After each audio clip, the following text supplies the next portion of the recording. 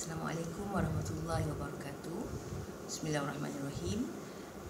Saya Cikgu Ana Faizah binti Muhammad Yazid akan membuat resensi buku pilihan saya pada kali ini untuk bersempena dengan pertandingan video resensi buku anjuran Pusat Sumber Al-Ilmi Kolej Vocasional Kelang. Buku pilihan saya pada kesempatan ini ialah sebuah buku yang bertajuk Duduk Sebentar. Ia sebuah buku karangan daripada Muhammad Fakhrul Islam bin Muhammad Fauzi yang berasal daripada Shah Alam, Selangor. Beliau merupakan graduan ijazah sarjana muda Usuluddin Sejarah dan Taman Islam dari Universiti Melaya. Sedikit info tentang beliau Beliau sangat meminati pengajian Al-Quran dan juga sejarah, sehingga beliau menubuhkan sebuah syarikat yang diberi nama Mubina Academy bersama 3 orang sahabat beliau. Jadi beliau sangat berpengalaman dalam bidang pengajian Al-Quran dan juga merupakan seorang panel tetap dalam rancangan motivasi Al-Quran di Zayan pada tahun 2022. Buku ini adalah terbitan Iman Production, Iman Publication Sdn Berhad. Jadi kita lihat sedikit apa yang ada dalam buku yang bertajuk Duduk Sebentar ini. Buku ini membicarakan tentang kehidupan kita sebagai manusia. Kehidupan kita sebagai manusia yang sentiasa terganggu dengan semua perkara. Maksud terganggu ni adalah kita banyak fokus, kita terpaksa menguruskan banyak perkara dalam kehidupan kita. Sama ada kita suka ataupun tidak, banyak benda, banyak perkara dalam hidup kita kena aturkan dengan sebaiknya. Sebab kalau kita tak mengaturkan perkara itu dengan sebaiknya, ia boleh menyebabkan keresahan, kacau bilau, malahan kita rasa sangat stressful. Dalam buku ini dibahagikan kepada 4 bahagian, yang mana dalam bahagian pertama membicarakan tentang pengenalan apa yang kita katakan sebagai terganggu. Manusia ini mudah terganggu dalam semua perkara, yang mana diterangkan di sini bahawa antara punca kita boleh jadi terganggu, boleh jadi stressful adalah dengan teknologi, dengan KPI kita yang tak tercapai, dengan apa yang orang lain ada kita tak ada. Begitu juga dengan apa yang berlaku dalam sekeliling kita dengan kehidupan manusia. Bahagian seterusnya menerangkan tentang memang sememangnya fitrah manusia dijadikan mudah terganggu. Kita sebagai manusia yang lemah, Allah takdirkan kita dicipta memang untuk menguruskan segala perkara, dan kita juga sentiasa bersusah payah dalam menguruskan urusan kehidupan kita. Jadi memang fitrah manusia berkeluh kesah, tergesa-gesa, terburu-buru, malahan ada masanya kita buat sesuatu tanpa berfikir panjang, menyebabkan kita kemudian menyesali perbuatan kita itu. Bahagian ketiga pula membincangkan tentang dunia yang penuh gangguan, yang mana antara penerangan lebih lanjut tentang perkara yang boleh menyebabkan gangguan kepada kita antaranya keseronokan berhibur, kemudian perhiasan yang menggoda juga boleh menyebabkan dunia kita ini penuh dengan gangguan. Bangga menayang diri seperti yang kita lihat sekarang ini, ramai orang, netizen dan sebagainya suka mempamerkan, menayangkan kemewahan diri, kelebihan yang ada pada diri sendiri dan sebagainya, menyebabkan terkadang menyebabkan orang lain terasa iri hati dan sampai mengganggu kehidupan orang lain. Dan dalam banyak perkara yang kita hadapi, kita lakukan, kita fikirkan, pada hujungnya kita akan terasa bahawa kita ingin ketenangan. Kita inginkan ketenangan. Jadi di sini Muhammad Fakhrul Islam ni dalam buku Duduk Sebentar ada mengajar kepada kita ataupun mencadarkan tips kepada kita untuk bagaimanakah kita dapat duduk sebentar dan bertenang.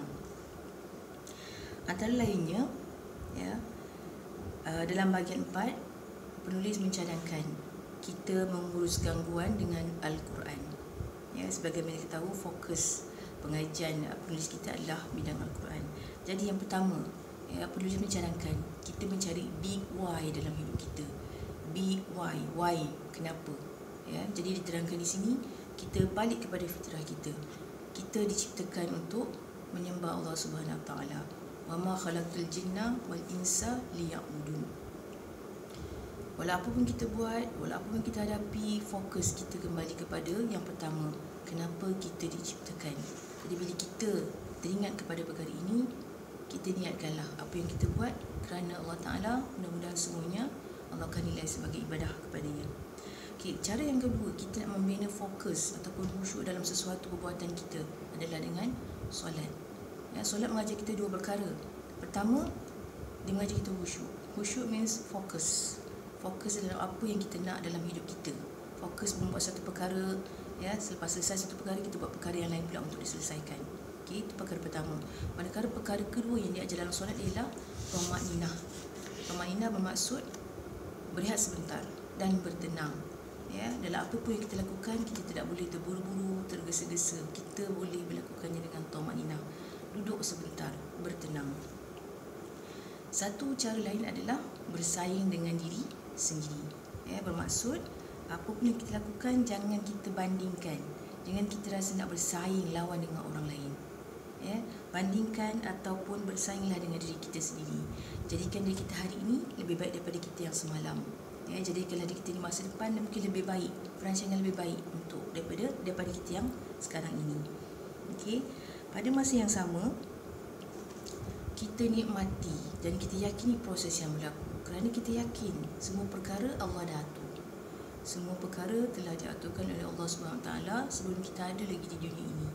Jadi dari situ, apa yang pun yang berlaku, kita nikmati perjalanannya dan kita yakini prosesnya. Kita follow the flow yang Allah aturkan untuk kita. Okey. Dan antara lain juga, tips yang diberikan oleh penulis adalah dalam kita mengurusi kehidupan dunia ini adalah memahami bahawa dunia bukan pengakhiran. Dunia hanya tempat persinggahan kita. Aim kita yang utama adalah di akhirat sana.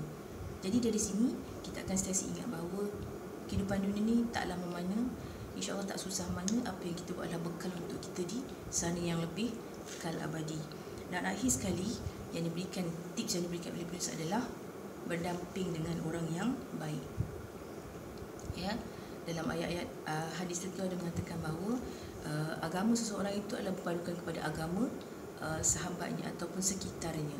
Yang mana kalau kita mendampingi orang yang baik, insya-Allah kita akan sentiasa dapat info, kata-kata nasihat, kata-kata pedoman yang baik. Dan juga hal sebaliknya bila kita berada di kalangan orang yang tidak baik, toksik, stressful dan sebagainya. Jadi semua pilihan ini tangan anda. Dalam buku ini ada menerangkan tips-tips tersebut.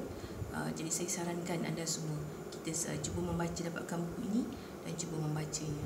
Mudah-mudahan dengan tips yang ada, dengan kesedaran kita bahawa dunia ini adalah sementara, kita adalah sebagai hamba Allah yang Allah ciptakan untuk menyembahnya, dan juga kita belajar khusyuk, fokus dalam suatu perkara serta bertenang, dan duduk sebentar bila kita mengalami sebarang masalah, kita kembali kepada Allah SWT. Dengan itu hati kita insya-Allah akan tenang. Allah telah berjanji, ala bizikrillah tatmainnul qulub. Hanya dengan mengingati Allah, hati akan tenang. Jadi saya rasa sampai setakat itu di sesi buku saya pada kali ini. Kita sama-sama cuba cari buku ini dan cuba baca. Okey, sekian perkongsian saya pada kali ini. Assalamualaikum warahmatullahi wabarakatuh.